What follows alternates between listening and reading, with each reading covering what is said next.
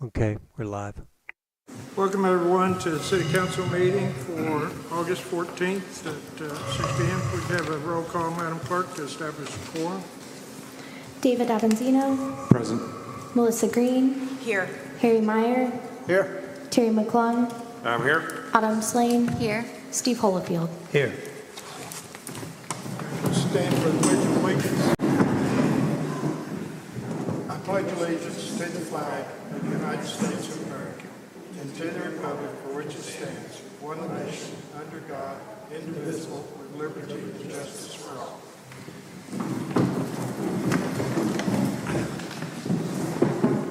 All right, I have get a motion to approve the agenda. So moved. Second. I have one item that, if it's okay with the commission, John Coleman, who is here to talk to us about, to give us a one-year review on the Integrity Solar year. I'd like to move him up so he can go home. He came over from Fayetteville, so if it's okay, we could put him up under number one under the unfinished business for right now. Above that, so get a report from him first, and we can continue on. So moved. You need a motion? Second. Yeah. Do we have any other changes?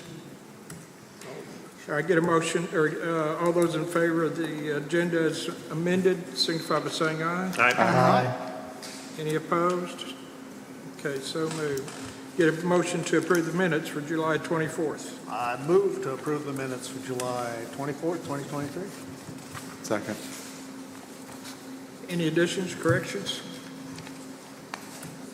Hearing none, all in favor, signify by saying aye. Aye. Any opposed? All right. We do have, still have a couple of vacancies. We have one in planning.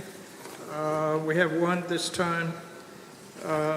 Also in the hospital, and in your packet is Brian Byler for the Hospital Commission, and also for the cemetery, and I think the last time we had it in your packet was for Ratha Lawler. So, I'd like to make a motion that we approve Rathan Lawler for the Cemetery Commission. Second. I'll second that. any further discussion on Ratha? All in favor, signify by saying aye. Aye. Any opposed? Okay. I would like to take this moment while we're in the commissions and committees reports to recognize Terry Long. He is we're blessed to have Terry as our wastewater manager here in Eureka Springs. Been here since October of 2010. Terry came to Eureka Springs after having spent 15 years as a manufacturing and industrial engineer, and he also served the City of Huntsville Water and Sewer Department as plant operator and then the plant manager. In addition, Terry served the City of Huntsville for 24 years as a volunteer firefighter and pump operator. We're lucky he's here because this past month, Terry was recognized by the AWWMA as their Manager of the Year for 2023. So Terry, come on up here.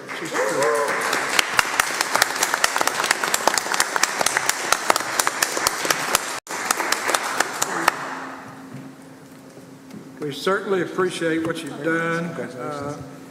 Part of his accomplishments over the years is in 2011, he received his Class 4 wastewater operator's license. That's sweet. Now, can you melt that down? And well done, Terry. Congratulations on that. Wow. That's good. I like that. That's impressive. In 2013, he received a Master Solid Waste Operator's license. Where are you on the map?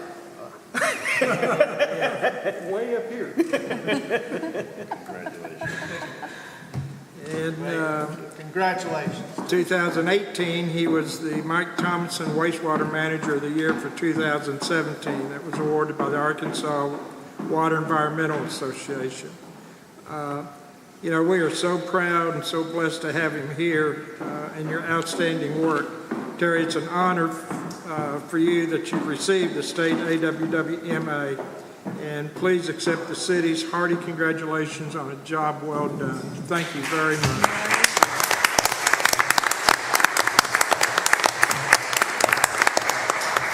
It's quite an honor, and it says a lot for you and for the city. So we appreciate you being here and doing this.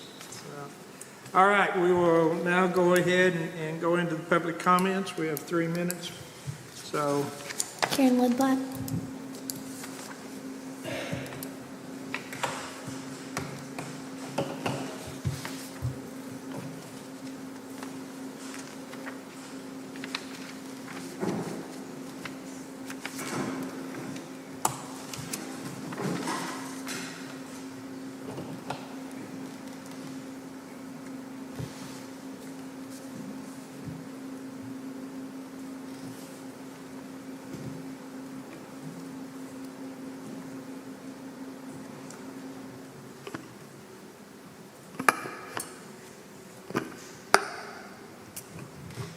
Besides nicotine, the longest drug that we've had a problem with in the United States and actually in the world is alcohol. But it's legal, so people don't think about what alcohol does. But I'd like to tell you what alcohol does.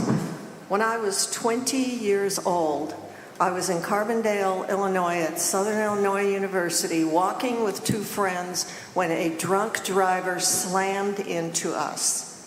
I went over the hood backwards and my head smashed through the windshield. They kept me at Carbondale for a day and then they flew me to Barnes Hospital in St. Louis. I had huge abrasions on my head. While the doctor was sewing up my head, I flatlined, which means I died and I came back. The man that hit us had hit and killed someone in Springfield, Illinois, a year before he hit us. Alcohol is a serious, serious problem. The voters in Eureka Springs voted they do not want alcohol on the streets. We have plenty of bars. And in those bars, we have bartenders that watch the people who are drinking, so when they get really drunk, they cut them off. But this council, for some strange reason, seems to think that they should override what the citizens in this town want by having temporary alcohol districts. They're not entertainment districts, they're temporary alcohol districts, where people can probably drink as much as they want.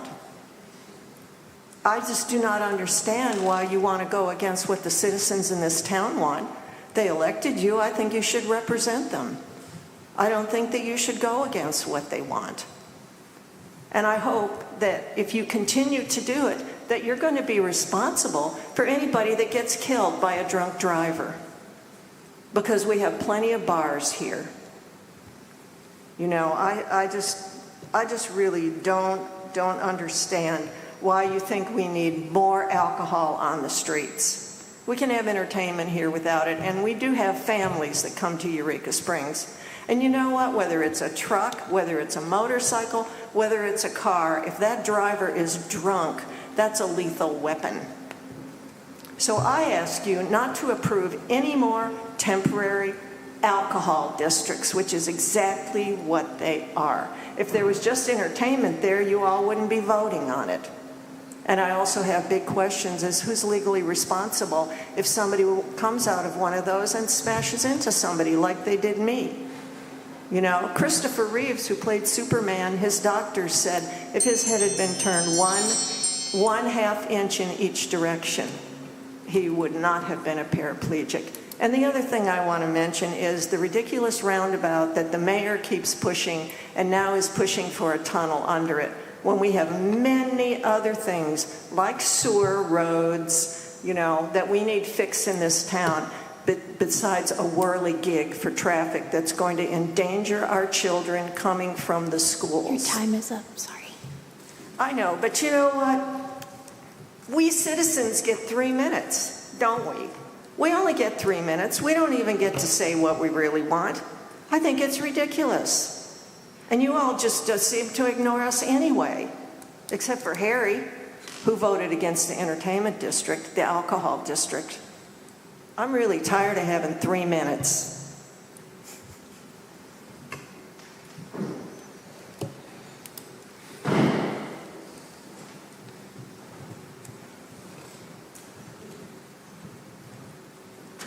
Pat Matsoukas, 5 Mountain. I agree with Karen. 3 minutes is not enough to say everything that goes on. Fayetteville now has an agenda thing on their website where you can go in and post comments about topics going on. Maybe we should consider doing something like that so we could all have more feedback.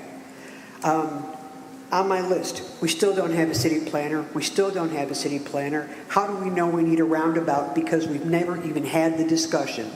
The state came in, they said, what do you want? The mayor said, I want a roundabout. Okay, we went with a roundabout. No one here has ever said, well, let's talk about a stoplight. Let's talk about these things. Where is our public hearing? Where is our ability to communicate with you guys? Number 2, I hate this entertainment district, the alcohol. No, it's not even the alcohol. Sorry, Karen. It's who's going to take responsibility for the cleanup and all the stuff that has to go on. Here are our merchants downtown, all over the universe, working hard as dogs to make their money. And you're going to bring in the Rotary Club so they can make money on beer, taking money away from the businesses, the brick and mortar businesses that are already paying rent. It's not fair to them. Number 3, let's see, the tunnel. What a joke. You have got to be kidding me. Is that going to be the new homeless center, the tunnels? I hope you have a public hearing on this, you guys. This is crazy that you're not doing it. The CAPC tax. I have spoken with many people in the last few weeks. They are furious. 1, the CAPC tax is not helping. I don't know what the hell they're doing anymore.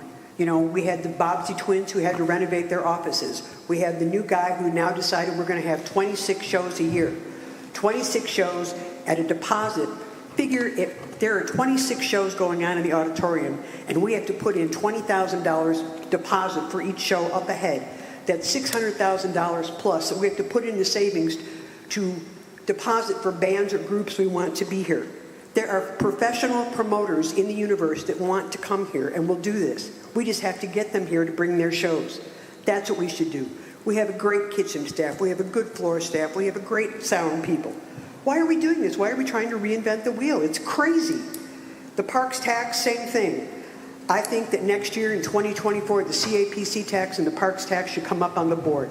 They should be re-voted in by the voters. And I would like to see this council, instead of making me and 35 other people spend money for initiative petitions, you should know now that you need to put it on the ballot because we're tired. We deserve better. Every time the CAPC tax gives us as locals nothing. We're always giving it to tourists. We have nothing. Our water sucks. Over 50% is lost. We're paying more money. Our sidewalks suck. Our streets suck. The word is suck, people. It sucks. And as one of the people at Public Works said to me yesterday, well, you know, Pat, that street isn't too bad. And I thought that should be Eureka's motto. This isn't too bad.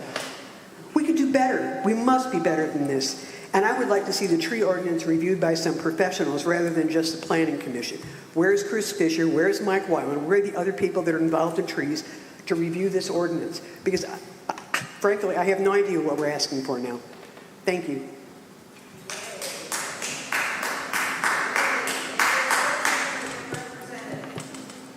Anybody else? I have a written comment. Okay. Does anyone else want to make public comments? Okay. From John and Sharon Williams near 127 Breezy Point to council members, city attorney, city clerk, and mayor. Regarding the application to vacate Fuller and Main, please recall that both the state law ACA 14-301 and city code 910 of 01 require that the city council must preserve the public welfare and best interests of the city in deciding whether or not to vacate. This application offers no benefit to the citizens and public of Eureka Springs. Cutting out central portions of these two roads helps no one. The public is much better served by preserving this platted legal residential area for future homeowners. There are more than 50 vacant residential lots served by these roads. All councils in the past have preserved this inventory of vacant lots. So here now is an amazing opportunity for this council to make a real difference in affordable housing for citizens today. By working with private owners to facilitate improved access to these lots, there could be multiple smaller, affordable homes ready for young working families to call home in the very near future. This town needs the dedicated workers who put in long hours in restaurants, shops, maintenance, building and repairs, and more. And these workers need homes close to town. There are plenty of wedding establishments already. Neighbors do not want a wedding business in this residential area. We thought this issue was settled when applicant promised in writing not to vacate any roads in the subdivision. Please end these continued efforts to capture roads or to limit present and future access that all of us need in the area. By the way, Main Street is also important. If Fuller is improved first, all the lots east need Main Street to get to Fuller. If Adams is improved first, all the west lots need Main to get to Adams. Thank you, John and Sharon Williams. All right, that concludes our public comments for this evening. Our next item of business is John Coleman, who's going to give us a solar year, 1 year review for the Integrity Solar. Thank you, Mayor. I appreciate you moving me up the agenda as well. You might need to move that microphone up so we can hear you. You speak Okay, kind of can you hear me soft. better now? Yes. Okay. So a couple of years ago, the city of Eureka Springs issued an RFQ for an energy efficiency and solar project for the city facilities, and Integrity Partners was selected. We worked for about 4 months doing what we call an investment grade audit of the city buildings and then designing a solar project for the city to offset the electricity consumption by the buildings. Ultimately, working with the mayor and staff, we decided to do LED retrofits of all the city facilities. We did some HVAC replacement on a handful of facilities, HVAC controls, some water conservation, and then a 375 kW solar project for city facilities. The solar project is located in the Berryville Industrial Park, but is offsetting the energy consumption. The city gets credit on its bills for the Carroll Electric, or the facilities that are served by Carroll Electric. So up to today, we've saved just under $50,000 for the city of Eureka Springs by implementing these measures. We had anticipated about $40,000 in savings up to this point, so we're tracking much better than what we had originally estimated. We were conservative in our estimate, but the project is performing really well to date, so we're excited about that. The solar array itself offsets about 70% of the city's electricity consumption in its Carroll Electric facilities. So that's a big step for the city. I know Eureka Springs, the community here in particular, is passionate about renewable energy and moving in that direction. So that's been a big success as well. It's been about a 30% cost reduction for the city as well. So financially, oftentimes the financials are driving these projects and the savings, but we're also able to have other focuses like reducing carbon footprint for the city facilities. And so we've been able to achieve both of those. Kind of scrolling through my notes here, so bear with me. I mentioned the solar. So this project, just to give you an idea, it takes up about 3 acres of the Berryville Industrial Park, just to give you some context of the size. In fact, whenever we originally did the ribbon cutting on it, I think a few of the council members and the mayor came over and visited the site. It's a really beautiful site there, just outside of Berryville. As I mentioned, it's offsetting about 68% of the city's electricity. And even though the project is performing well as a whole on the energy savings, our solar is actually underperforming a little bit from what we had originally anticipated for the first year. So we use a weather file for this part of Arkansas that dates back over a 20-year period, essentially telling us how much the sun shines, how much energy we're going to generate from the solar array. And so over the past year, we've actually underperformed by just a little bit. So we anticipate the savings to continue to go up as that normalizes. So all in all, it's an exciting project for the city. The purpose of this report is we've done quarterly reports over the first year, just looking back at the energy consumption of the facilities compared to what we anticipated in savings, and then also monitoring the solar project itself. We are at the 1-year mark of all of those things being implemented. And so we wanted to provide a report on performance of the project. After meeting with the mayor and staff a couple of weeks ago, they asked me to come participate in the council meeting and just present our findings. We're also going to continue to do measurement and verification over one more year after this. And so we'll be providing quarterly reports to the mayor, continuing to provide updates on the performance of the facilities. And then ultimately, I imagine I'll be back here in a year to provide a 2-year report to the city council. So that's just kind of a broad overview of the project. With that, I'll pause and see if you have any questions or comments. Yes, sir. Remind us again the life of this program. How long are we scheduled for this? Yeah, that's a good question. So the way that the project was procured, about $500,000, and I'm kind of speaking in general numbers, but about $500,000 was spent on the energy efficiency measures, and that was financed through a bank, and with using the energy savings to pay off the debt service. The solar project itself was entered into a solar service agreement with Integrity Partners. And so this is a 25-year term on the solar project. We basically brought all of the capital to the project, so there's no debt from the city. We built the project on our own dime. We have a schedule that where we're charging a kilowatt hour cost for the energy that's generated. That cost is lower than what you were paying energy for Carroll Electric, and so therefore it generates savings on the project. So it is a long-term agreement, but the schedule, the rate is locked in over that period of time. So it cannot change over that period. And we do all the operations and maintenance on the array. The legislation in Arkansas allowed us to build the array anywhere in Carroll Electric's territory. And because land is at a premium here in the community of Eureka Springs, and we were doing a similar project with the city of Green Forest at the time, we built the 2 arrays at the industrial park in Berryville where they had excess land. So, good question. Anybody else have any questions, comments? All right. Well, the city's been a great partner to this point, and we're excited to see the project flourish. We appreciate your support. Thanks. I have a question. Oh, yes, sir. Do you have anything to do with the wind farms going in over there? No. Okay. We do not. Gladly do not. I was going to ask your opinion. Yeah. John, thank you very much. Thank you. It's been very Thank good. you. I appreciate it.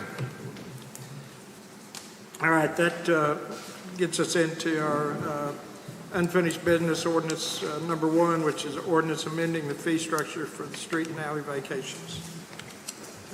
Motion to discuss. Second. This is our second reading, is that correct? Okay. Third and final. Okay, I have it number 2, number 3. All right, Mr. McClung? I'd like to make a motion that we suspend the rules and read ordinance number 2343 by title only. Second.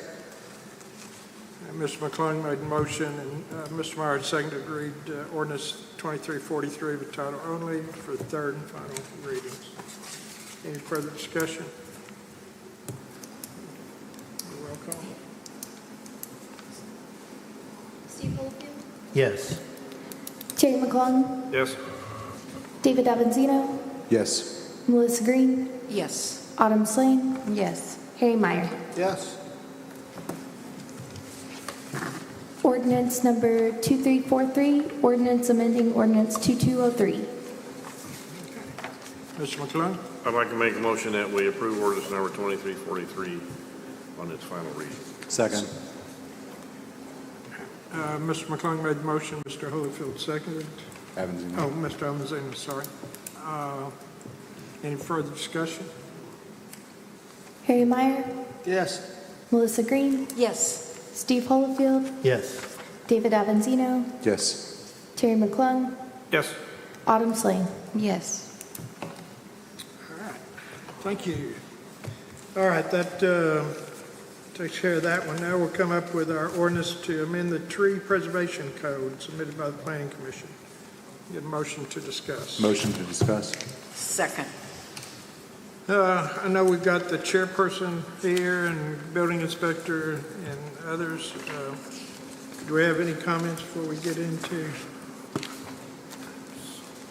anything here? Actually, I'd like to see if Jacob, because I understand Jacob has some information regarding this, and I'd like to ask him to come up to present that information to council.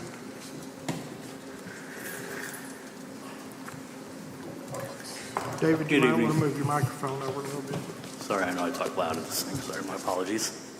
So I want to say, first of all, my apologies for missing the workshop. I was unable to attend, so I wanted to get in here and discuss this. My issues are just concerns with the tree ordinance. I have 5 or 6 items on my list that I'd like to discuss, kind of go down by each one. First and foremost, the 1 meeting a month by BOZA for the tree removal. I think this is going to cause a huge issue. Having to wait 1 month to get a tree removal is only going to possibly cause more code enforcement issues with people not wanting to wait for this and to just go ahead and cut the trees down themselves instead of waiting. BOZA meets 1 time a month, which means that these people, go in for a permit, get a tree permit to be removed, and they got to wait that whole entire month to get this tree removed. I'd say a third or a quarter of my permits that are issued are for tree removals. I believe the process that is taking place currently right now is working fine, and to modify that I think is only going to bring more issues and problems to the table with me having to enforce and dealing with this in a code enforcement kind of agenda. So I think if we just stick how it is in that sense, I think it's going to help everyone with that. Now, can you reiterate exactly what that is? So if somebody needs a tree removal, tree removal, they come into the building department, they request a permit application for tree removal. I go out, identify the tree that needs to be removed, verify if it's dead, diseased, or dying, or if it's a hazard tree, then we go ahead and get that permit process rolling. After I investigate it, document it, photo document, we can get that process rolling. It's very quick. Waiting for BOZA to review all of this and meeting just once a month can delay that. And I foresee a lot of issues with that down the road with people just trying to get this thing taken care of. Yes, sir. Mr. McClung? Did it change? I thought the building inspector was able to issue a tree removal based on his observations. Not according to this ordinance. But isn't that the way it exists currently?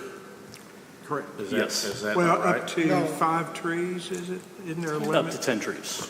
Beg your pardon? Up to 10 trees, depending on the Right. size of the trees. And/or Look. if you feel like you want to defer it to BOZA, then you can do that also. Yes, sir. If there's a questionable part in there and you didn't, yeah. Yes. So building inspector can go up to 10 trees at this point. And I think the biggest thing is if the tree is a hazard or somebody has an issue, something serious, then he can come in and look at it and take care of it. Yeah, I remember, as an example, the one up there in front of O'Reilly, that big tree, and there was concern about that when that all of a sudden came down. It was, very big, Right. aged tree, and I know that was building inspector approved, which, I have no problem with, but I just, usually a building inspector is not qualified and should have an opinion from somebody, I think, before he gives that permission. But I do agree that the BOZA thing can be a bit of a delay. Mr. Myers? I don't think that anyone should allow up to 10 trees being cut off of the lot. I just, we're a tree city. If they got a problem with a tree that's lifting their sidewalk or problem with a tree that's dying or whatever, but it needs to be pared down so that they understand that we're a tree city and a healthy tree don't need to be cut down. Most 90% of my permits aren't healthy trees that get cut down in that amount. It's very rare that you find 10 healthy trees that get cut down in any scenario here. The majority of the trees that get cut down usually are dead, dying, or diseased, or somewhat of a hazard. So that's the majority of the tree cuts. But I'm just saying, waiting a whole month to get that approved is going to create an issue and possibly just more work for me in trying to control that in a code enforcement ability. So you're saying that you only give permits for dead and dying trees? No, we do permits for trees that need to be removed in a building circumstance. So if they're building a lot, saying for a new house build or something like that, we do that. But it's very rare that it's that amount of 10 good, healthy trees that need to be removed.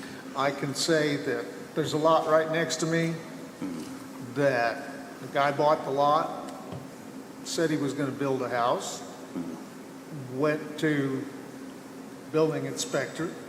He got permission to cut 10 trees. Those trees are still laying on the ground, and he never built a house. It seems as though if we're going to have a house place cleared, they better have financing, house plan, and everything to present before cutting trees down, because And listen, I'm not disagreeing with having a second opinion on the matter. I'm disagreeing with the time allotment that it takes to get this process taken care of. So I agree, second opinion is perfectly fine, but waiting a whole month to get that second opinion is just going to be a little bit problematic in my opinion, dealing from my experience with code enforcement here. Is all I'm saying. Yes, ma'am. One of the biggest problems I've been on planning in HDC is hiring someone and then having them have to wait. They're not going to wait. They're gone. So that person may not be able to get the tree cutting service back for 2 months. I completely agree. And so there does need to be a better method of approval for that. I completely agree. Yes, ma'am. Mr. Avanzino? Yeah, I'm going to concur with Jacob on this because my property, very old trees that were endangering structural pieces of my property. I've got 4 trees right along 62 that if those aren't taken care of, can essentially shut down infrastructure in the city because there's gas, water, and electric, that if those trees fall, a lot of people are going to be impacted. And I'm having to work with RDOT and all this other kind of stuff because they claim that it doesn't belong to them, and I don't want to have to go to BOZA, wait 30 days, find the company to do the job, if I do in fact have to pay for it. And then, like Melissa mentioned, they're going to move on to a different job and I can't get them for another 3 months. If that tree falls in 3 months with the storms that we've been having lately, we're screwed. Yes, sir. Anybody else on that topic? Okay, yes, ma'am. Well, I noticed something, maybe I'm jumping ahead, but it mentions an arborist in here. That's actually what my next topic was. Okay, for then sure. I'll wait. You Okay, go yes, on to ma'am. that. Okay, sorry. So basically allocating money for my training to identify dead disease or dying trees or hazardous trees would benefit the city as well as myself in the credibility of determining and identifying these trees and hazards. I do have some certifications in identifying these trees that I took through my home inspector college that I took, but it's minimal compared to what it should be considering all the different species of trees that we have here in Eureka Springs. The money that would be allocated to an arborist would be what an average arborist salary hourly is anywhere from $22 to $35 an hour, okay? Using that money to invest in training for me to get certified to do that is only going to benefit us in the community to just have me be responsible for that, I think, and to help into identifying these trees, in my opinion. I'm just going to keep moving down the list unless anybody has something to say. Well, I've got a question on the arborist. Yes, in my researching through there, it's hard to come up with a definition, or the state doesn't have a certified arborist title. And a lot of the, quote, tree cutters can be arborists who have experience in trees and diagnosing of the health and stuff. Landscape architects, of course, do. So a lot of the people, I mean, they don't have the education requirements, from what I can find out, to be a certified arborist. Is that, in your research, have you found something different to that effect? Yes, sir. So in national certifications for home inspections, there are certifications you can achieve that you will teach you and train you on identifying these types of trees and these types of hazards. The cost is minimal. I just think that certification would just better assist me in this type of enforcement. I mean, if I'm going out and having to do this types of investigations and identifying these things, it's only going to benefit you guys and me and everybody else to get me better trained on it, in my opinion. Because a lot of times what I'm finding is that we get two tree cutters. One says that the tree's fine, and the other one may be wanting to cut the tree and is saying that the tree's in terrible condition. Exactly, and if I'm certified and have that credibility, I can make that ultimate decision, I Yeah, think. somebody who's not being financially, Yes, sir. yeah, all right. So moving forward, $40 for a tree cut permit, no cost for a dead tree. I disagree with this. For the fact that cutting a tree dead or alive is logistically a big deal, okay? There's a lot that goes into this. These trees are 20, 30 to 40 feet tall in height. There's sometimes permits that need to be pulled to shut down roadways to handle the logistics and the removal of these trees. I think that it should be a $40 flat rate for that permit. I think it's justified, and also take in consideration, guys, that I'm going out and spending city time and city energy and taking time out of other inspections to I go out and identify these trees. So I have to go out there still and perform these inspections. You know, so it costs the city money. So I think it's justified to keep that $40 rate for dead or alive trees, in my opinion. Also, when it comes to permitting a tree and for removals, I think the permitting process should be handled like it is with anything else permitted. So it's just a standard $20 rate for a permit. Right now, it's just $20 to get a tree cut permit. It should be handled the way it should be, the overall cost of the project, including that $40 rate or $20 rate right now for the tree cut permit, because that money can be allocated to different items, to helping out with the infrastructure, to buying new trees, to replanting new trees, rebuilding retaining walls. It could be allocated into other issues that we have in the city. So handling that permit process like we do with every other permitting would only benefit the city. The city's missing out on a lot of money. A typical tree, large tree removal, can range from anywhere from $500 to $1,500 to $2,500, depending on the size of the tree. So having that ability to charge that amount, I think is only going to benefit the city.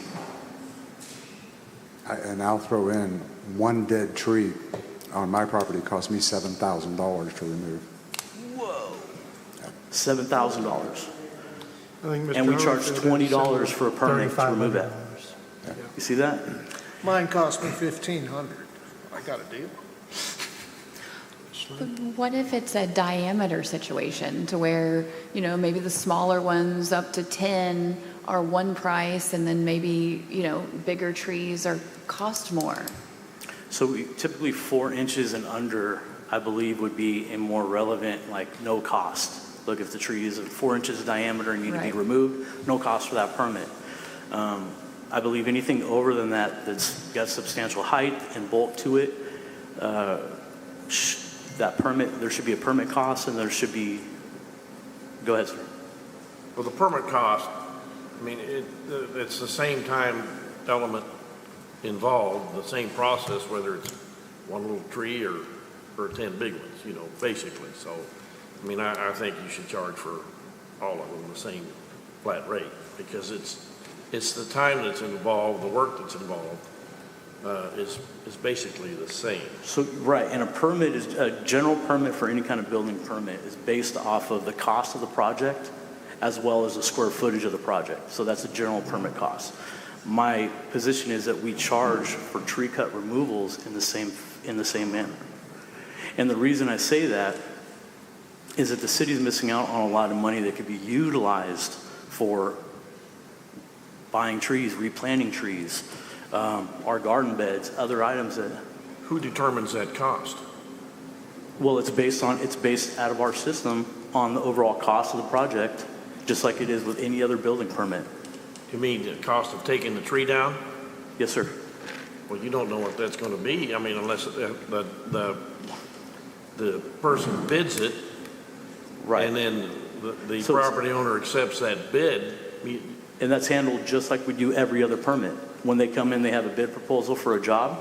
We get that value of that project, of what it's going to cost, and I think you're going to drive the price up big time.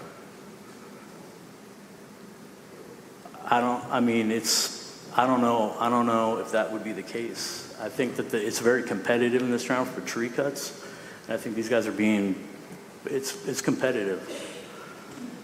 I mean, that's to say with any other permitting issue, but yes, sir.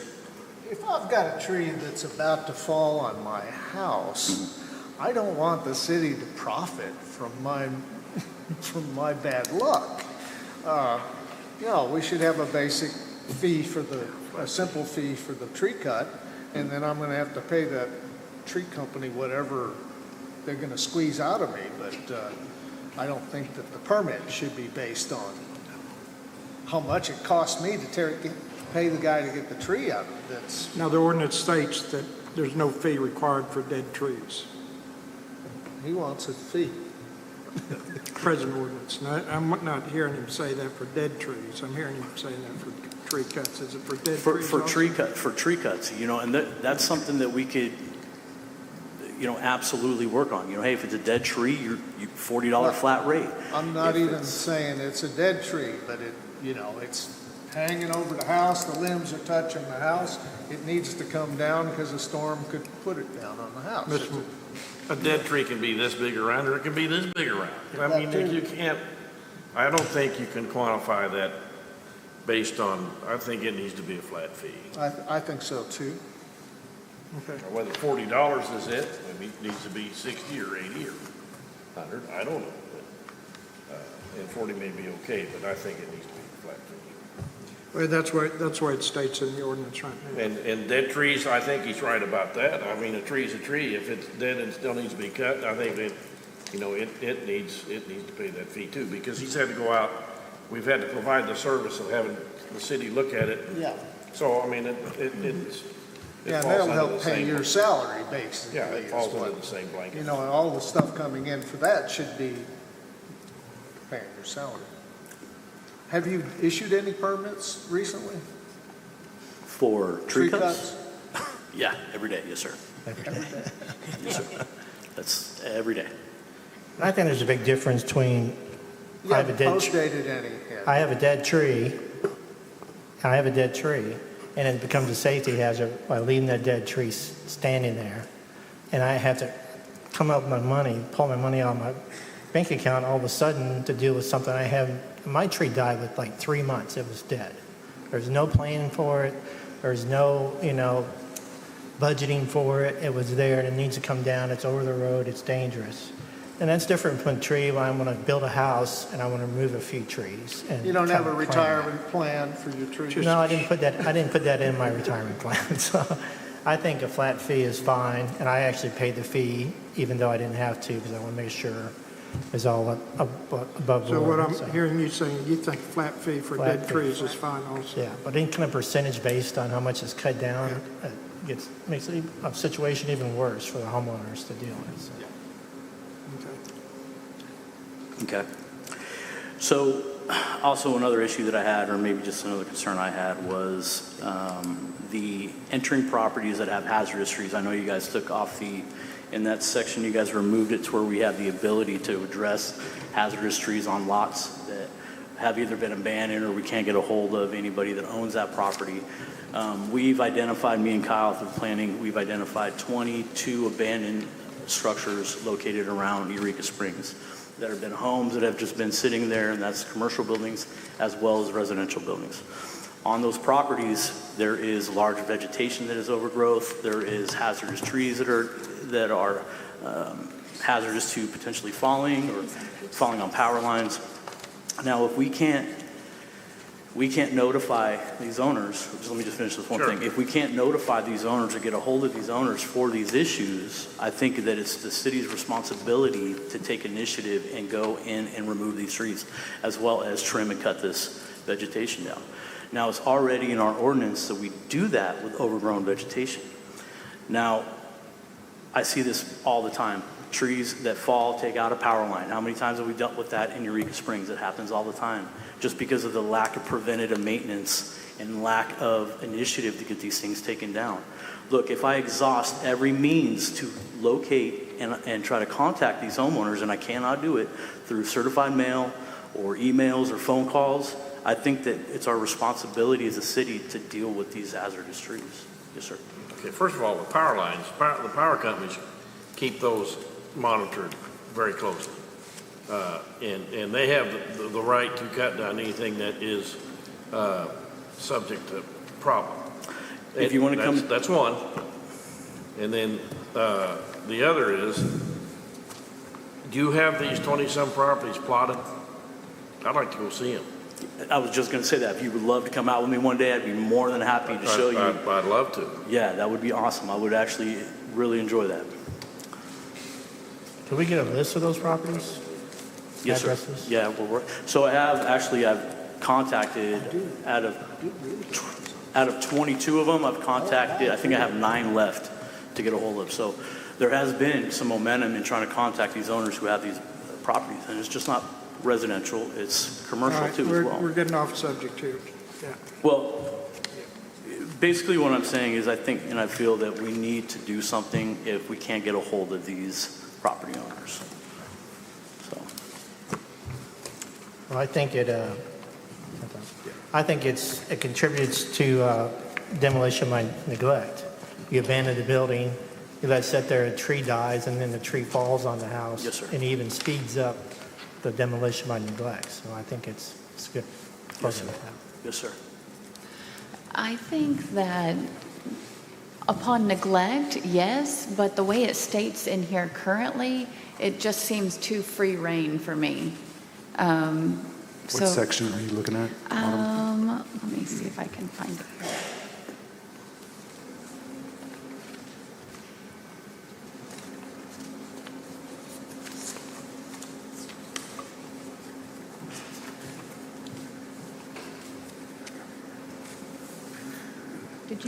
Did you find it? Yeah.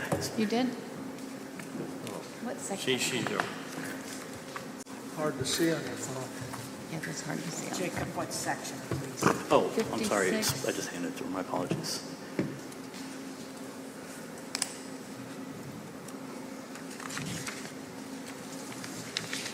It's section basically it's crossed out saying that we don't have the right to So- enter on the property. It's just after 7.56.06.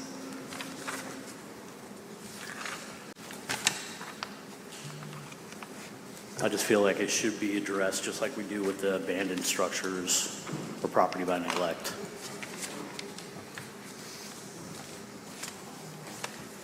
And absolutely. Now, where are you talking If- about, Ms. Lane, on item section 1, or that's the criteria for review? Let's see here. That section was removed at the workshop, so it'll be on the marked changes. That's right.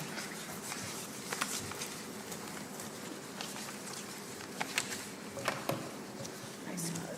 That's crossed out.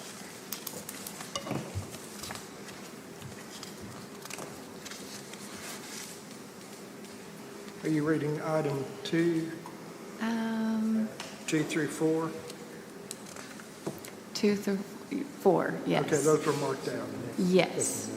But we're talking about putting them back in, correct? Oh, okay. Right? I'm I mean, not- that's what you were saying. That's what I recommend. I'm Yeah, just saying, yeah, like yeah. having the ability to go on these properties after we've exhausted every attempt would be helpful to kind of take that preventative maintenance and that initiative to get these trees taken care of. Let's see here.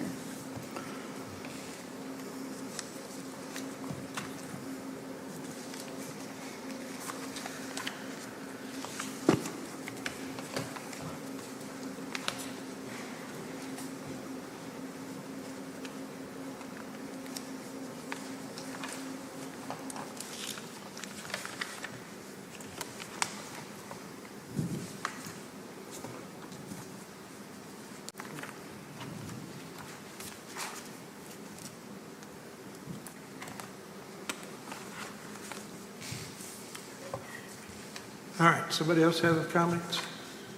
So Are we still talking about discussion on that item?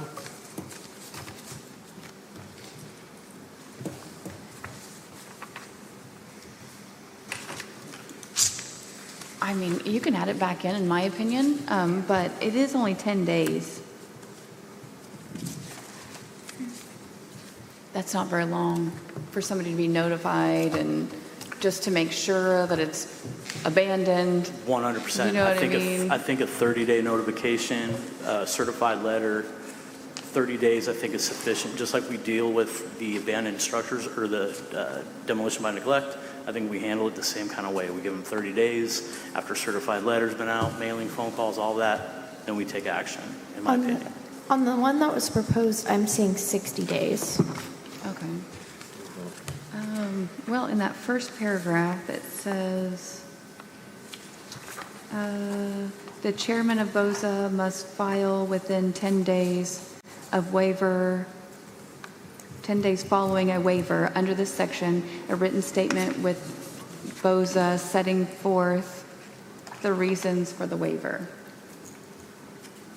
This notice shall be served in person or by certified return receipt, requested delivery by mail of last known address. So it's almost like that one says 10, but then over here on paragraph 3, it says 60. Right. So maybe we need to, I mean, I understand what you're trying to 60 to just do seems, here. because 60 seems kind of excessive in a sense that if I deal with a 30 days abandoned property and then we're given 60 days for the tree, that doesn't really make a sense. If we just keep it a 30-day process, I think that would be, in my opinion, I think sufficient. But And easier to 30 deal with. days is just not very long to go onto somebody's property. If we go 10 onto, days? it's not. Oh, you're right. I If completely you, you know, what if they're out of town, what if they don't live here, and then all of a sudden we're cutting down their tree? Right. And then, you know, Yeah, I just don't want that to happen. 100%. So keeping You it like know? 30 days, like we do with the abandoned structures, I think would be sufficient time frame. But the notice is served to the person by registered and certified mail, so they're going to be So- notified. Right, okay. I mean, Hope so. Well, I mean, by yeah. mail, yeah. Yeah, So, yeah. okay, I mean, if we don't get a letter back saying that they signed for it, then yeah. they haven't been served yet. And then we're just going to send them a bill? That's what this states in here? Well, there's options on there. I believe that it's the city goes and does the work and it puts a lien on the property or either sends them a bill. So it's either, I believe, Okay. we can bill that homeowner or we can put a lien on the property. if they don't pay the bill, we put the Right. Yes, sir.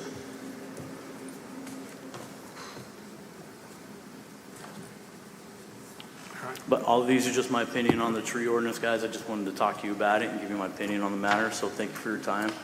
Okay? If you guys have anything else, please feel free to reach out to me. Did you have anything else besides those items? No, sir. Okay. Thank you very much, Judge. You're very welcome, Appreciate guys. Appreciate it, thank you. All right. So, what's council desires? Well, Well, I'd like to see it changed to the 30 days. I'm not quite sure I understand where it is in this ordinance that they have to wait a month to, between meetings. Where is that? The BOZA only meets once a month, I know, but. so that's it- why they'd have to wait a month. Yeah, and I'm not happy with that because, like I said, I've seen too many people who've had to wait for the HDC, had to wait for BOZA. They've lost their contractor, they can't get them back, they can't get their work done. So there's got to be a better, Are we talking about hazardous trees, what? dangerous trees that need to be cut down? We're talking about less than 5 trees. No, if somebody is building a house and they're gonna cut down, we'll say 10 trees, and they've hired the guy, they've got a contractor coming to start their foundation, and all of a sudden, nope, you gotta wait. So they're gonna lose their contractor, they're gonna lose the tree cut person. Mr. Meyer? If somebody's going to build a new house, they got to go through HDC and planning and all that, and at the same time, they can be applying for the tree cuts because they've already got the spot staked off on the ground so that everybody can come and see, and they've got a plan for their house, and blah, blah, blah. They're going through all the right, so it wouldn't be any big deal. I'm basically stating not just building a home, I'm just talking for basic tree removals. So it's very rare, it's limited homes are being built here from scratch where they're clearing out that many trees. I'm talking about just tree removals. Just waiting a whole month for tree removals for a permit just seems excessive, waiting that whole month for them to meet, is all I'm saying. Well, I don't understand. Okay, so they come and get a permit first, and then they go find the guy to cut it down. They get a I tree. mean, wouldn't that be the way to go? They You might get turned down and get that tree cut down because it's been determined that that tree should stay. So the tree permit should come first before you start hunting around for somebody with a chainsaw. I disagree. If I was going to do a project, I would probably find out how much it's going to cost, so I would have somebody come over and give some estimates before I went and got my permit. Right, and I don't just issue permits to anybody to say they're going to cut down a tree. I want to verify that that contractor is licensed, insured, and bonded. So I verify that contractor is legit before those permits are issued.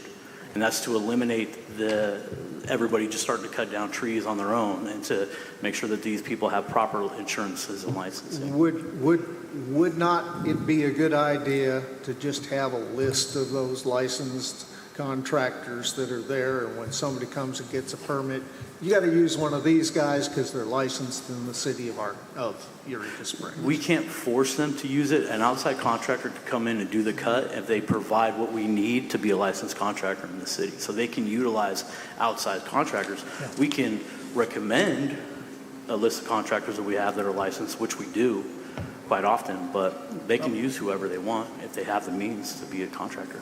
Sure. David, did you guys get your permit first, or did you contract? Permit first. Okay. Permit first. Well, I had an estimate first, You got an estimate, so you didn't. And then you got did an the permit. estimate. No, you got a permit, okay. but like I said, the 3 that I've got now, that are actually 4, that apparently are on my property, but I believe they're RDOT property, it'll cost me over $30,000 to have those trees taken down. Okay. In my experience too, when I've had somebody, the person cutting the tree goes down and gets the permit. Yeah. And Yeah, Yes, sir. that can happen. Mr. McClung? I don't see any problem with talking to somebody about getting a bid and applying for the permit at the same time and doing that, and approving the permit, subject to whoever it is that's going to cut the tree down. I mean, you don't sign off on it until you know who that person is, but what's wrong with, it's not like they need to bring it to you before they do anything. I don't see that. I mean, they can do the application as long as they understand before they get, they can get approval, and that it has to be somebody that is licensed and bonded, like you say. And before you sign off on it, before the city signs off on it, they have to provide that proof. Can we fix this with like an emergency clause when we know there's a tree that's about to fall, that it doesn't need the 30-day waiver? That would be, Or a branch that's hanging over? I think we've got two separate issues. One, we've got somebody building a house, but then we have somebody who's needing a tree or let's say up to 5 trees, it used to be 10, but that are dangerous or are dead. And certainly 1 tree at a time. I mean, that's the problem. If they're dead and hazardous, I've got the problem with waiting a month. Yeah. I mean, it's something that needs to be done immediately, as Yeah, soon as possible. As soon as I get somebody out there that I can afford. And after some of these storms we had the other night, I had tree The branches. planning, the houses, that can all wait. That can go with any and project. trusting in But some, it's those small group of trees where the building inspector needs to have that authority, I think. Or it's what he's asking for, I should say. Yeah, just somebody coming in saying, hey, I need a tree cut permit to cut these trees down without having a licensed contractor already in mind or established is difficult to me to trust those persons that are going to use those licensed individuals, because cutting a tree is a big deal. It's a lot of hazard involved. It's around this part of the territory. It's very hazardous. So it's just like having a contractor, knowing that a licensed contractor is doing the work. I still don't see why you can't approve that cut subject to his tree person being licensed and bonded, whatever you want. It's so that's an extra step in an inspection, is to go out there to verify that that person that's doing that after that permit's No, been he's got to issued. he's got to bring it into you that this is who I'm using. Here's, before you sign off the permit, you can approve the permit, but before you sign off and before he can put a saw in a tree. Well, typically a permit's approved when it's been issued. So that's the approval of the building official, that permit's been approved is when it's been issued, not after the fact that I've issued it. I think they're slowing things down. I think also right now, he can't approve any trees. It's got to go to Boza. On the new one. Are they all going to Boza now? No, the new ordinance does. Oh, the new ordinance, yeah. They would all. The new ordinance. That's what I'm trying to change though. Well, we might make a change for dead trees, but then we got to determine that the tree is in fact dead. I mean, in wintertime, it's sometimes hard to tell whether a tree's dead or not. Well, not only dead, but hazardous. If it can pull up, I've got one that if it goes, it's going to pull up water, gas, and electricity. Same thing that runs straight to the hospital. Drive by Super 8 Motel on the 62, okay? At the front of their property, there's a 30 to 40 foot tree that has over a 15-degree lean right over out on the 62. The root structure is already exposed. So those are the types of hazards that I'm talking about. If that tree was to fall, it takes down power lines and then knocks down a highway to get removed. So those are the types of things I want to see get taken care of. Yes, sir. Mr. Olson. So our ordinance says they have to use a certified licensed person. Okay. So I'm not sure why we'd have to have a list of people. And if I want to go to Springdale, I hire someone over there to come cut my tree down. It's not going to be on your list. So I think the ordinance says a licensed, certified, right person. So I don't think he has to know who the tree person is. But it's my responsibility when I get the permit to use someone who's licensed and certified. I have a second question. So I have a chainsaw. Can I cut my own tree down? Yeah, I wouldn't recommend it, but you could if it's on You your could? own property. That's legal? The thing is, though,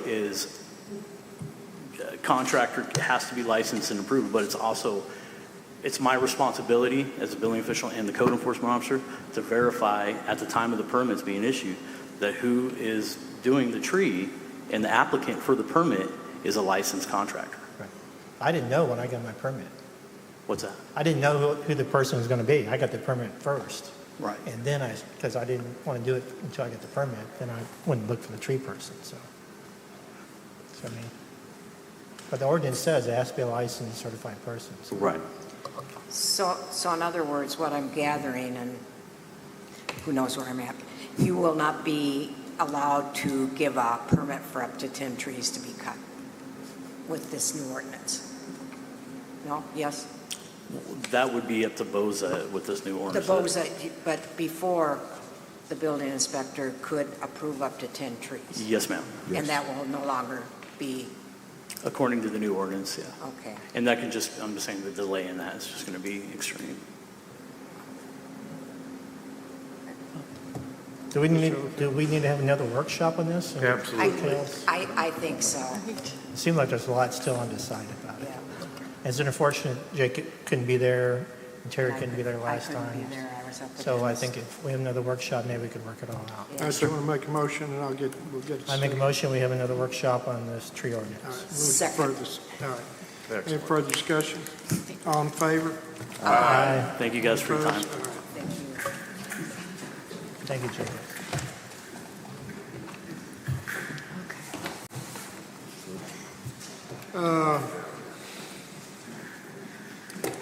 All right, that brings us up to item number 3, water leak remediations. And here comes Mr. Simon. Give us a report. Motion to discuss? Second. All right. Good evening, Mayor and Council. So, I have a lot to report on. Since the last council meeting, we fixed 3 water leaks. All 3 were service lines. One of the service lines was to abandoned property that we repaired. So anyways, today I received an email from McKinley Creed, the people that we went to contract with to do our leak study.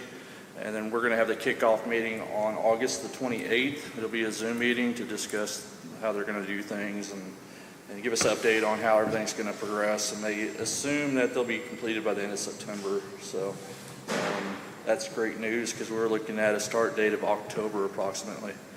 Simon, quick question. Sorry to interrupt. When you say service line to an abandoned property,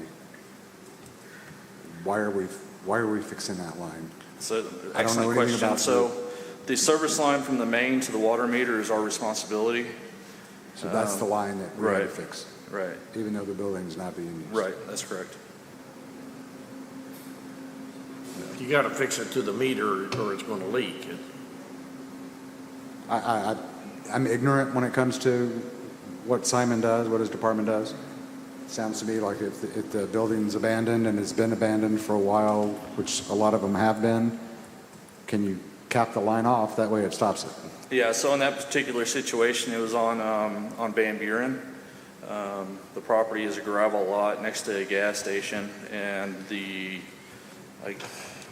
I hear it was rented out to somebody that was selling something in the property. I don't know. It was long before my time, but if we cap off the main on the other side of the highway, there's a lot more steps to take if somebody were to purchase that property in the future to get water over there, because there's RDOT permits that are involved. It'd have to be bored and sleeved, and there's a whole lot more expense involved in that. So if we could just fix it and leave it there for the long term, it's better. Glad you caught it. Huh? I'm glad you caught it.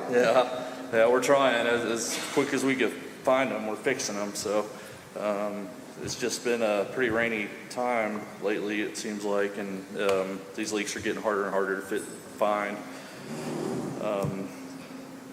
Yeah, I did talk with the EPA today regarding our sewer plant, and I wanted to kind of bring that up real quick if I could. At a meeting back in 2020, they did a circuit rider assistance program as a compliance plan for our wastewater treatment facility, and I didn't know that this existed until today. So fortunately, I've already identified a lot of these issues that are included in this plan, and I've already started working on remediating those issues. But there's only 10 cities in the state of Arkansas that received this help from the EPA to do this, and they were all cities that had compliance issues within their plant. So I met with them via Zoom this afternoon. It was a pretty good meeting. It was great to talk about things that they have identified that I've identified myself in the past year since I've been here. A lot of these issues we've already fixed, or we're working towards that. There's some issues in here that we don't have fixed yet that are going to require funding, but how much funding, I don't know just yet. Our biggest issue is I&I, which is infiltration of our sewer system, stormwater, getting into our sewer system. So if you drove by our sewer plant this morning, you would have seen that one of the SBRs was almost filled up to the very, very tip top of it, and they're usually a couple foot, 3 foot space between the top of the water and the SBR and the top of the concrete structure. Today, it is almost over capacity. So these are issues that have been identified in this plan, but we don't have a solution for it. So. I think some of these manholes that are this far down below this pavement, those covers are not watertight. Right, and a lot of our manholes that are like that, they have underneath the lid, there's cups to catch the water that were put in some years ago. I've never seen it before I came here to the city, but in 2010, the city contracted a company to come out and smoke test our lines and identify these leaking areas. And I think a lot of it was, the overall majority was service lines from houses. And I think the mayor had one himself he told me about, so we gave him a timeline to get that fixed, and I think most of that was remediated. But the biggest issue with that study in 2010 was it was cut short to only the historic area due to funding constraints at that time. I have been working with McKim and Creed on this water loss study to identify our issues with the water problem, but they also do I&I studies as well, such as smoke testing, camera, video of the sewer lines to try to identify where our leaks are, where our issues are. And this is kind of important for us because it's hard to come up with a capital improvement project list if I don't have the data to support that. So this would build that. I don't have a price for you guys. I don't have any information other than that today. But when I met with EPA, they did say there's a 50-50 grant from the infrastructure bill that we could be eligible for. So that would pay for half of anything that we do if we can get that. But I need to have those projects identified to be able to apply for that. So is that tank filling up from the bottom? Yeah, so there's or pumps. from rainwater? So the plant kind of, so it starts off on the south side, right? Or yeah, the south side towards the city where the water flows in, and there's bar screens and pretty much where we get rid of any trash or sand or debris that comes down the line. And then from that area, it goes to the SBR tank, which is on the north side of the plant. And from the SBR, it flows back south to a secondary well where it's also aerated before going through a UV. We have a building out there that has UV lights that is a disinfection before releasing it to the receiving stream right there behind it. So it kind of just jumps around a little bit. I think really the gist of the plant was we just kept building as we had room, or where we had room, and try to make things work. So does anybody have any questions? Yes. Yes. In regards to the water, you're saying you're going to have a meeting with them, a Zoom meeting on the process and how that goes about. I didn't quite catch all that. So we have a Zoom meeting scheduled for August the 28th, and we'll discuss their processes, how they want to come into town, when they're going to be here, because I'm going to have staff available to help them locate all these valves and where our water lines are. So I'll have staff assigned to their crew, basically to help show them where everything is. And then I think a lot of it's just going to be more informational about how we will receive those reports or the ArcGIS data that we can use later to start tackling and fixing and repairing these and logging these issues for future information. It's getting closer to when do they project to come into town? September. So they project to be done by the end of September was what the email said today. Be done by the end of September? Yeah. Okay. Does this 50-50 grant have a cap on it? They didn't specify on that, and I apologize. I didn't research it. They just told me about it today, this afternoon, as a matter of fact, when I was on the Zoom meeting with EPA, and I haven't really researched it a whole lot. So certainly we're looking into it, absolutely. Yeah, absolutely. Mr. Myers? What about the service lines from houses to the mains that are laying on top of ground? I know there was one on Steel Street there.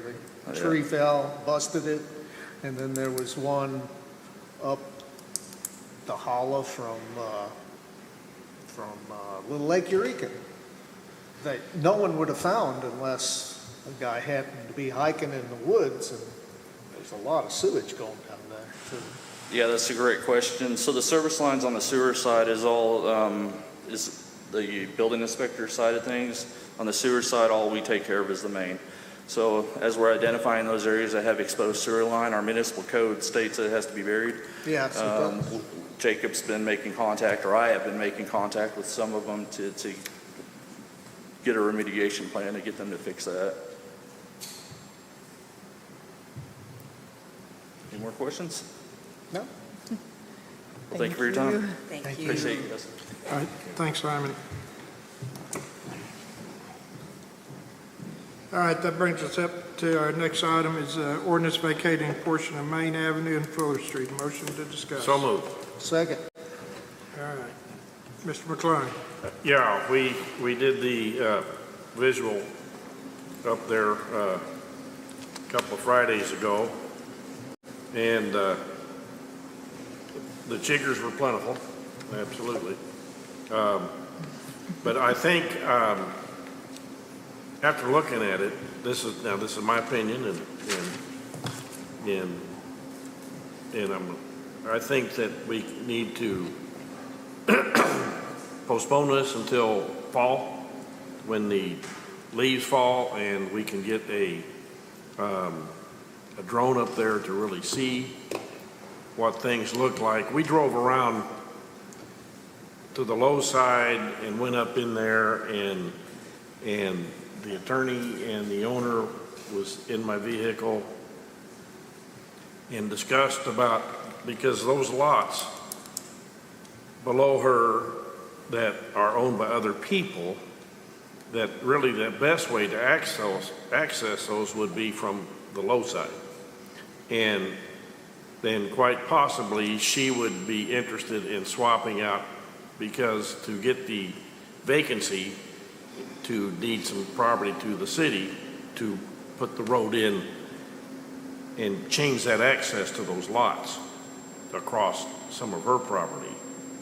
And that seems real possible, because it was the most feasible way to get into it. From the top side, it's just no way. Either way. We all drove around that, and that doesn't work. And the terrain's too steep. But from the low side, down there off of, what is it, Washington Street? Is that right? Washington, and then the other street that goes, kind of parallel with the main drag through there, Grand. I can't remember the name of it, but anyway, that's those two streets. I don't have it with me. That there's a way to let her have what she wants and get another easement, and we just got to look at it from overhead, and as well when the leaves fall, we can get up there and walk it better, I agree. and she's willing to do that. Yeah, I agree with you, Terry. It was really hard to understand how people were going to access a property either way, and the aerial maps that we have, you can't see where any streets are. So I think that's an excellent idea. Mr. Alvanzano? Yeah, I'm just wondering, because I received an email from John and Sharon. Was I the From who? only one that got this email? From who? From John and Sharon. She read it earlier. She read it. It's a different letter. Please. Am I allowed to read it, or do I need to forward it to Ida? Was this a week or two ago? Because I No, got. I just got it today. Oh, she read that. The letter I got today, she read. Yeah. Does it start with, will you please inquire about how the Athies acquired the alley in the middle of Mr. Cummins' Block 54? No, I did not get that one. No, but I know what you're referencing, and that was a old ordinance that vacated a bunch of those alleys between lots. That was before our time. So one of It was those a- was Block 54, which is owned by Mr. Cummins. I don't know. I'd have to look. I know there was a lot of little alleys vacated between lots that she owned, because there was an ordinance vacating those tiny little alleys between the lots. I don't know. It was years ago, and Yeah, they. because they sent me a copy. It's dated 1968. Yeah, that was a long time ago that was passed, and we had to honor that, because it was a signed, stamped ordinance. Okay. It'd been vacated years ago. And they go on to say that this is what might happen with the new application if they end up owning the roads, but later sell off the lots if their wedding venture doesn't work out. And then they sent me photos and copies of different stuff. You must have been Yeah. the only one that got that. That's why I asked. I received it. Oh, okay. Did you get I it? didn't get that email. Mr. Meyer? Public Works said that they want to keep the streets.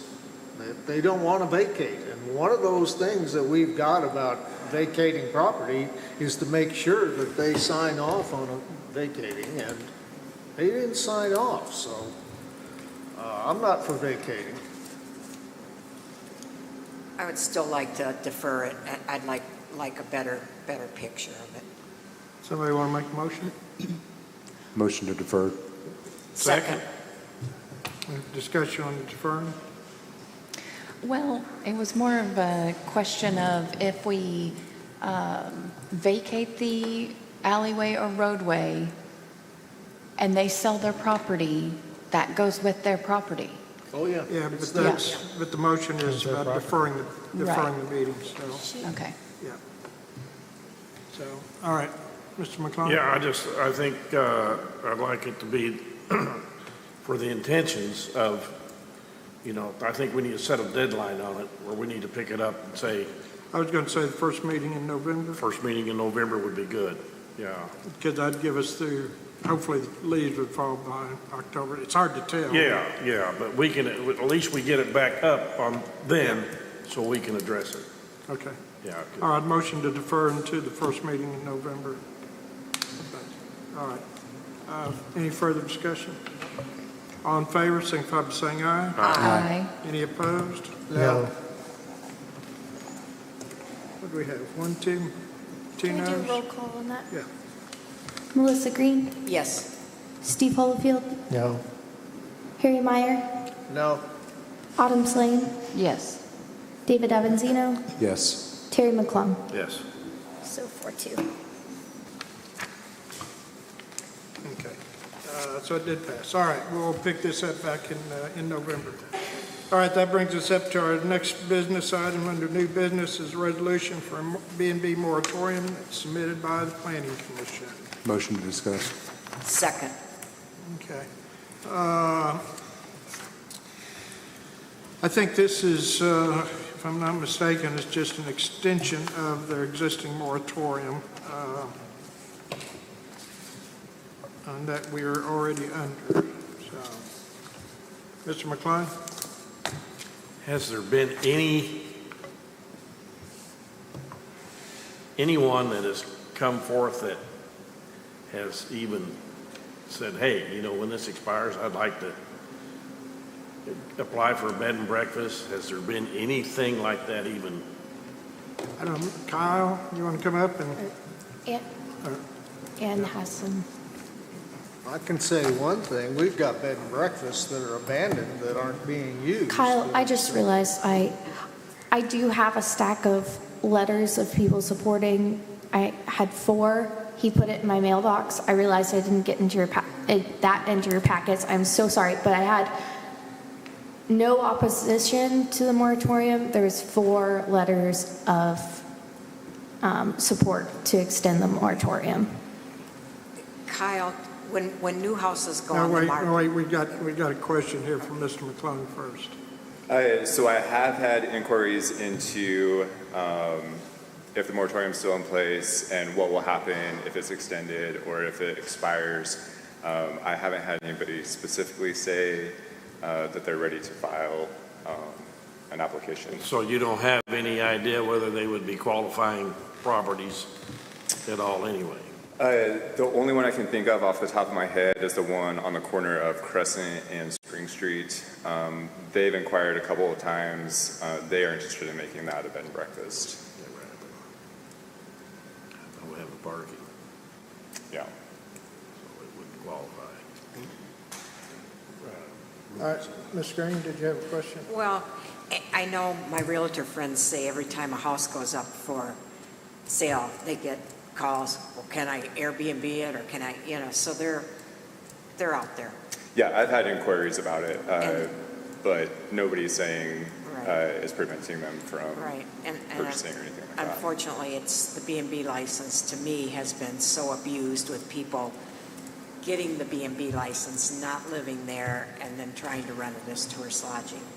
So, Yeah, and that was part of the moratorium that they asked for, to do an assessment on the existing, which Ann has put a lot of time into, and I think that she has some information that she'd like to yeah. share with you. Yeah, I'd like to hear from Ann, Yeah. please. Any questions for me while I'm up here? Mr. McClung? David had his. I just had a comment. You know, this came up during the legislative session where we went down to fight, what was it, 197? Yeah. Yeah. And, you know, just doing an Airbnb search for Eureka Springs, you don't put in a days, there are over 1,000 Airbnbs that are available. And there's probably more because people aren't registering as Airbnbs with the city. And to me, that's, like I said in my testimony at the state, that's one every few hundred feet within the city. But they're That's not just- all within the city. Pardon? They're not all within the city. They're not all in the city, you're correct. I just typed in our zip code, didn't type in a date, and that pops up every single Airbnb within that zip code that is available. Mr. McClung? If you're going to extend the moratorium, that, you know, then it's going to come up and you're going to want to do it again if you're going to just do away with them. That's what you're doing, is you're doing away with bed and breakfast by the moratorium, so nothing's going to change. So you go ahead and make a motion to write an ordinance and do away with them. That's what you want to do. That's what you're doing effectively. Mr. Myers? I think that attrition is taking care of some of the bed and breakfasts, as long as we keep up with them. Because, you know, if they're not operating for a while, they lose their CUP or whatever, right? So if we continue our moratorium and we clean up the ones that shouldn't be bed and breakfasts anymore because they're not, you know, we don't want somebody to just revive one that's been dead for a year, then perhaps in the future we can change that moratorium to allow something to come back. But right now, I say moratorium because we've got bed and breakfasts here that aren't even being used. Ms. Green? What I spoke about at the Capitol was we have 27 to 28% commercial property in this town. And in the last 5 years, our commercial areas that had housing, apartments, North Main, 95% of it has all turned into Airbnbs. We're saturated. And I think they're asking for a moratorium to fix the problems and probably come to us with the recommendation that they want to take it out as a conditional use. North Main is commercial. Right, but it used to be rental homes. And I have no problem, Terry, with them renting them and doing what they want with them.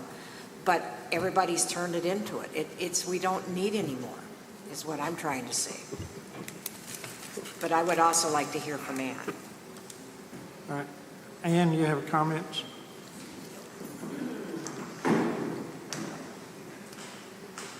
So we have identified approximately 19 bed and breakfasts in the R1, R2, and R3 area. When we started with our research, approximately 8 of them were not advertising as a bed and breakfast and not serving breakfast.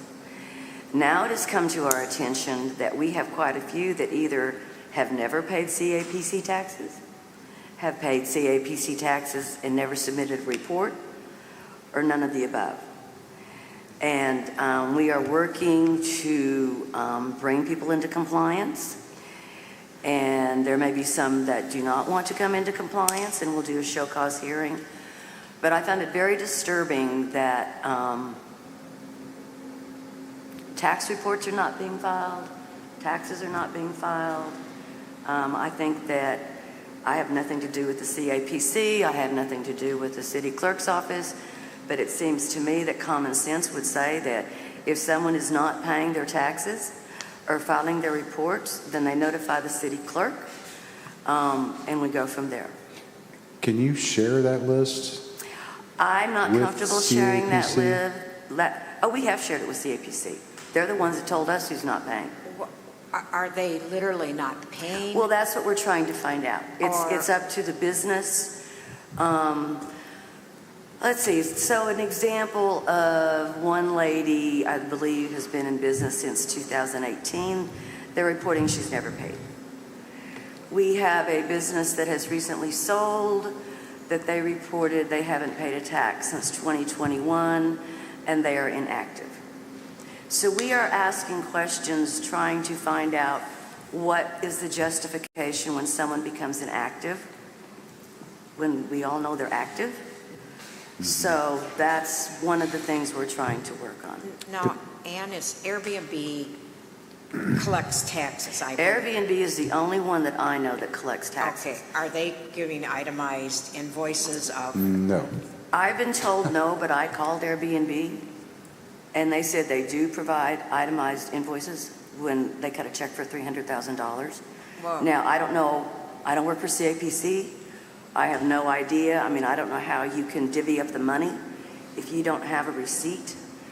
But VRBO, to my knowledge, does not. Vacasa does not. So that's the responsibility of the bed and breakfast owner. So there's some cleaning up that needs to be done. And I don't want to take anybody's livelihood away from them, but I have to pay my taxes. Mr. McClung? And are their city license current? Are they have to have a city license to operate. They have a business license, but the disconnect seems to be in notifying the city clerk that they're not in compliance on their taxes. Anyone that has a business license in that kind of business should automatically be on the list for the CAPC. Should be. Should be. I wouldn't know So- why not. It used to be. When they come get their business license, I give if they required to pay CAPC taxes, I give them the CAPC tax permit form. Most of the time they fill it right out there and I put it in the CAPC mailbox or they bring it over to CAPC. But they are being given the tax permit application at the very least. But I've only just been here since January, but from my understanding, the previous city clerk did as well. And I will say that, go ahead. I'm sorry, I just have one thing, Terry. So one of the biggest issues is that when... You need to speak up a little bit. It's Okay, hard to so hear. one of the biggest issues is that every month you're supposed to fill out a form for the CAPC, whether or not maybe you're closed for 2 months for the winter or something like that, but you still need to turn that form in. Those forms aren't being turned in. And so there's a disconnect on have they paid, have they not paid, are they Airbnb, are they VRBO? So what we're trying to do is determine, number one, get that process so that they're clear that they have to fill out that form every month. And once that happens, then they can verify with the CAPC that they've either paid through whatever platform they're using. But right now, there's not a connect between the three offices, between planning, CAPC, and city clerk. And there needs to be.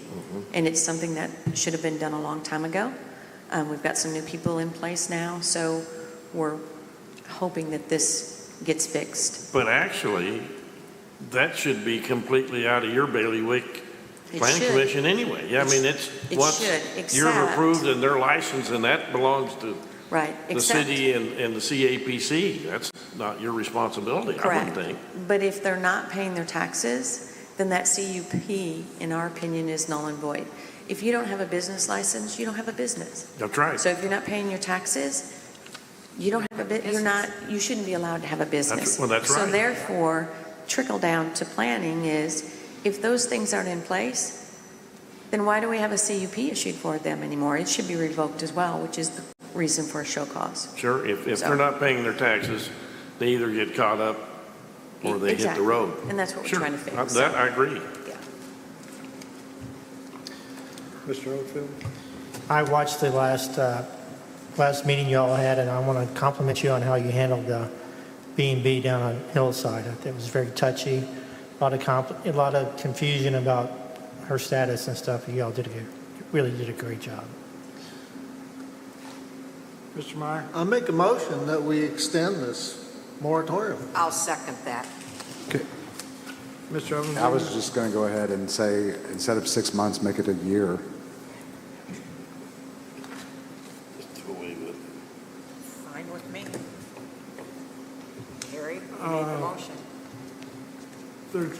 discussion here on making it a year.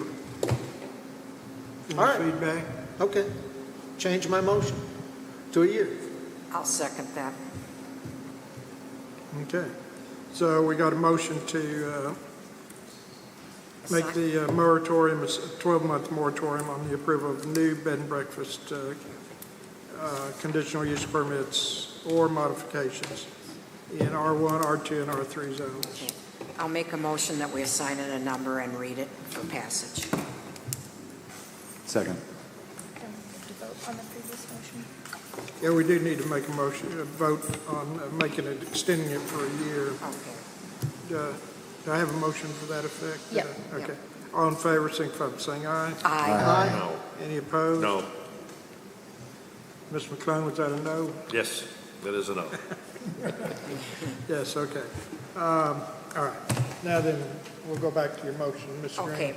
I'll make a motion that we assign this resolution a number and read it into passage, please. Do I have a second? Second. Okay, Ms. Green made the motion, Mr. Holyfield seconded. Sign a number and read into passage. Terry McClung, No. Harry Meyer, Yes. Melissa Green, Yes. Autumn Slane, Yes. Steve Holofield, Yes. David Avanzino. Yes.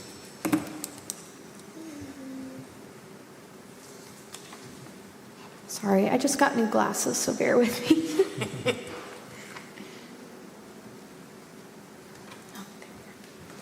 All right, assigning resolution number 845.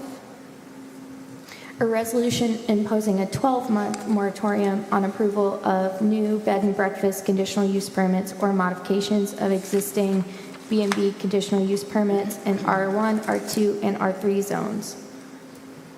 Whereas the City Council of the City of Eureka Springs, Arkansas, to protect the residential zones of Eureka Springs, now therefore be it resolved by the City Council of the City of Eureka Springs, Arkansas, that a moratorium is hereby enacted for a period of 12 months for a new bed and breakfast conditional use permits or modifications to existing bed and breakfast conditional use permits in R1, R2, R3 residential zones, unless changed by City Council, beginning at midnight, August 15, 2023, and then it would end at midnight, August 15th, 2024. All right. Thank you, guys. All right. Our next item is a resolution to establish temporary entertainment district for bike, blues, and barbecue. Motion to discuss. Second. This is a resolution for an entertainment district up at Pine Mountain Village.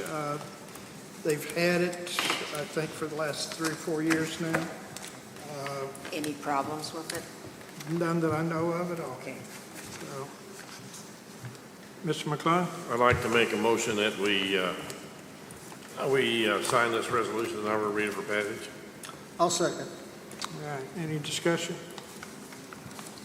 Hearing none? I've got something to say. Oh, well, that's what the discussion. Okay. That is the perfect place for this sort of thing. They keep it on their property, they put a fence across, they control who comes in and out, they got a bartender that watches how much somebody drinks, and they clean up their own mess. It always comes off without a hitch, and it doesn't overflow into anyone else's backyard. So, this is what it was designed for, I think. That's all. Anybody else? All right, hearing none. Autumn Slane, Yes. Steve Holofield, Yes. Terry McClung, Yes. Melissa Green, Yes. David Avanzino, Yes. Harry Meyer. Yes.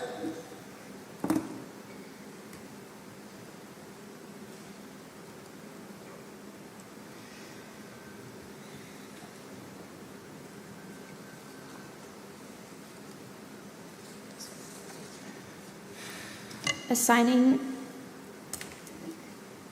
resolution number 846, a resolution to authorize a temporary entertainment district and establishing standards for its operation for Pine Mountain Village Bikes Blues Barbecue 2023. Whereas prior ordinances of the City of Eureka Springs, Arkansas allow the creation and governance of temporary entertainment districts. And whereas application has been made for a temporary entertainment district to be granted. And whereas the mayor and required department heads of the City of Eureka Springs, Arkansas have reviewed the application and found it appropriate to forward for City Council consideration. And whereas the City Council of the City of Eureka Springs has made a comprehensive study of the application and its request. Now therefore be it resolved by the City Council of the City of Eureka Springs, Arkansas, Section 1, Purpose and Intent. The purpose of the entertainment district is to promote hospitality and tourism within the city and to highlight restaurant, nightlife, entertainment, and hospitality options for tourists. Section 2, Location. The temporary entertainment district shall be located at Pine Mountain Village. Section 3, Dates and times hereby permitted. The temporary entertainment district is authorized to be in operation from 10 a.m. to 9 p.m. Wednesday, Thursday, Friday, and Saturday, September 20th through the 23rd. Section 4, Identification of participants. Those persons who wish to possess or consume from an open alcoholic beverage container within the district or enter the district from an alcoholic beverage permitted establishment with an open container shall first obtain a wristband that say Eureka Springs Entertainment District. Approved beverage containers will be any non-glass container with a capacity of less than 24 fluid ounces. Section 4, Permitted sound. Live amplified sound music, including music, shall be permitted under the following restrictions. Music can only be performed and or played from the hours of 11 a.m. to 8 p.m. Stage or broadcast area shall be located within the fenced area. Sound produced shall not exceed 85 decibels. Section 6, Applicable law and state and local laws. All laws and ordinances not addressed herein shall remain in full force and effect. Section 7, Removal of alcoholic beverage from the district by participants. Shall be unlawful for any person to remove an open alcoholic beverage container from any entertainment district. All unfinished quantities of alcoholic beverage must be properly disposed of prior to participants leaving the temporary entertainment district. Section 8, Police and Fire Authority. Nothing in this resolution prevents the chief of the Eureka Springs Police Department or the chief of the Eureka Springs Fire Department from suspending the operation hours of any entertainment district, if necessary to comply with local, state, or federal law or fire codes, or if necessary to protect the public health, safety, and welfare. Thank you very much. All right, that brings us up to our next item of business. It's a resolution for pedestrian tunnel TAP grant application. Get a motion to discuss. So moved. Second. We have found that the Transportation Alternative Program, also known as the TAP funds, has a grant available for us to put a tunnel underneath the roundabout in here that would allow students and kids walking to school and also a bike trail to go under the Highway 62. That's always been a concern of mine, is how the sidewalks were going to connect to the school. The TAP grants that originally started were to help and promote walking and getting children going to the high school. And that intersection's always been a problem for me. And this is a perfect opportunity while they're doing construction to go ahead and put in a tunnel, a thoroughfare, which they've done over in the Fayetteville area, or Bentonville, to allow that movement of kids and pedestrians between one side of the road and the other without having to go through across the highway. So that's what this grant is for. We'd be eligible for 20% if awarded, or would be required for it to match it. It's an 80-20 grant. And our portion would be $149,257,000. And for a total maximum cost of $746,000 for the tunnel and through there. Mr. Meyer? Do you know the location of the tunnel? Have they figured that out? I think on the map they have tentatively shown it's in green. Kind of shows you the tunnel, and you should have it on your in your application? Did you not get a copy of the resolution? No, they have resolution, but I asked for additional documentation. Okay, well, we and you didn't have do, it. and it will come over on the side of the Landonade in that area there. Okay. Yeah, and then This- just yeah. go under 62 and be on the right side going towards downtown. Right, and it'd be staying, that way they would also stay on the same side when you're walking to school, so you don't have to cross the highway again Right. through there. Mr. McClung? Because of the time frame involved, are we going to run into the same problem as the sidewalk and only get the half of the tunnel? Beg your pardon? Are we only going to get the tunnel halfway like the sidewalk because the cost is going to go up between now and the Mr. time it's McClung, I can't, constructed? you know, I have no idea. I don't have that magic vision, Yeah. so. That's, All I know is this is what the highway department gave us, I mean, and they should be familiar I with think what's it going need, on. I think it needs to happen. It would be great to have it happen, but I just, I know how things change because today's price is, 30% less than what it'll be a year from now. Well, if we get the grant, and we should find out relatively soon whether or not we'll get the grant, and then hopefully they'll budget that into the program. This is just to apply for the grant. Yeah, it's just to apply for the grant. It's just an application. Okay. Ms. Green? Is this time sensitive, or do we have a little bit more time? It really is a time-sensitive thing, because we need to, if this is going to happen, we need to get it, whether or not we're going to get the application approved. Okay, so this is just to apply for a grant? Just to apply for the grant. And then we will have to approve it? We have to approve it once the grant comes in. All right, okay, Yeah. So this is just approving the application. okay, for a grant. So just for everyone in TV land, this is just a resolution to apply for a grant. Correct. Plain and simple. All right, it is. Okay. And we're in conversation here, so. Any other conversations? Comment? I make a motion that we apply for this grant. Second. Do you have to Any sign? further discussion?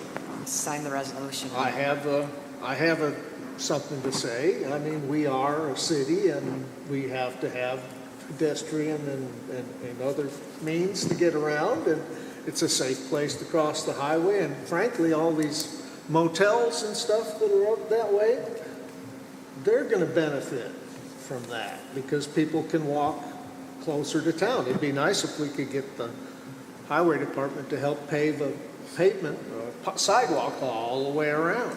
Eventually, we will. Yeah, this is a Along the move in the roads. proper direction.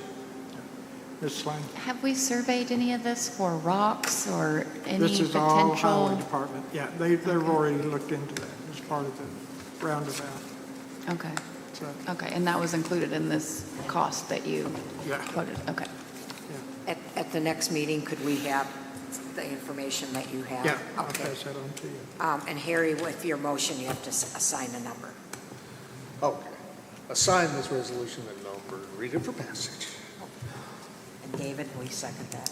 Did somebody second? Mr. Avanzino seconded? All right, Mr. Myers made the motion, Mr. Avanzino seconded. Any further discussion? All right, roll call. David Avanzino, Yes. Melissa Green, Yes. Harry Meyer, Yes. Terry McClung, Yes. Autumn Slane, Yes. Steve Holofield. Yes. Sorry. Glasses.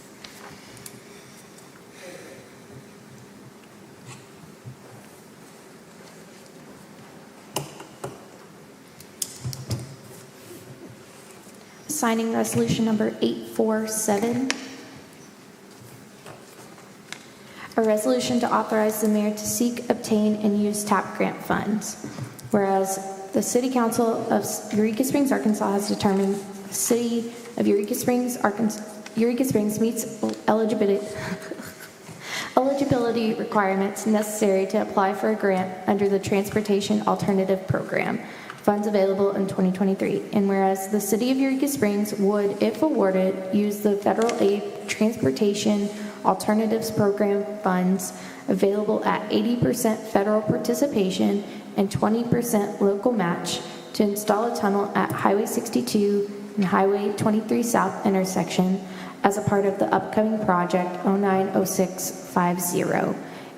And whereas the City Council understands that federal aid funds are available for this project on a reimbursement basis, requiring work to be accomplished and proof of payment prior to actual monetary reimbursement.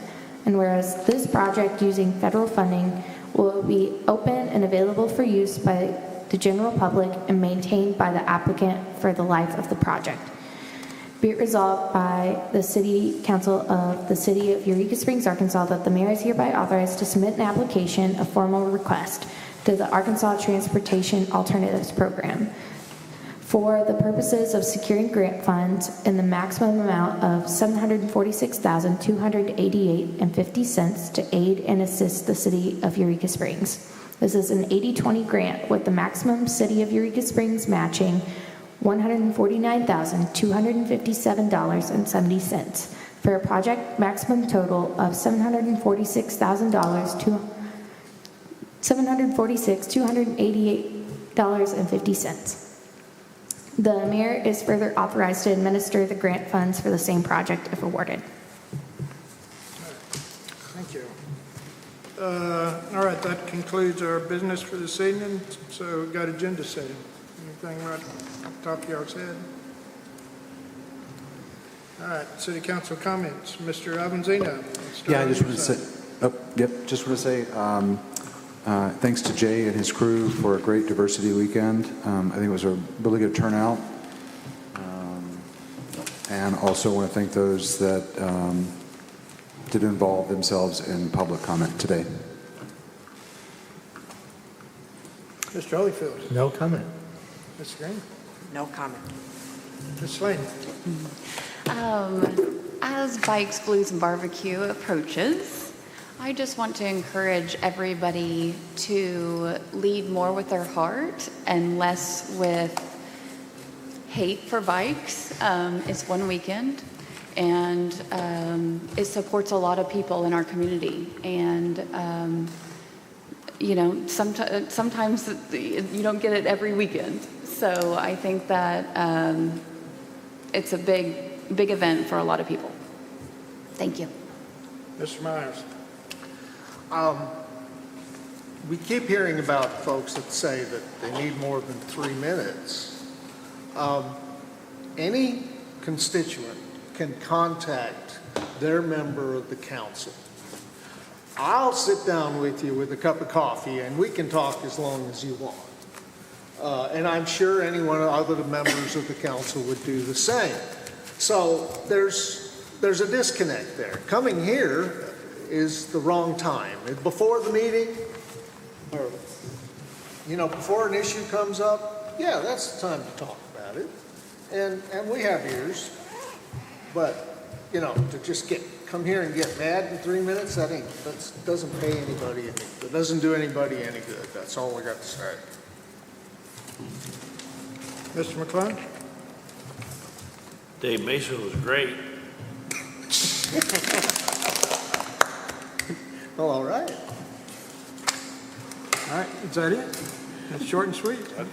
I quit. All right. We do have a lot of, well, not a lot, but we have August 18th through the 20th. It's summertime in the Ozarks, up at the convention in the Ozarks.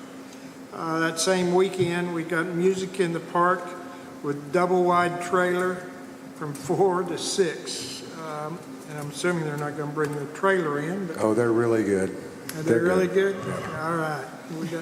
And then I know the next night we've got the Mountain Gypsies in at the same time in Basin Park. So we got a couple of days of good music. And then on the 25th, we have the 27th VW Car Show at the end of the Ozarks with a parade at 3 o'clock on the 26th.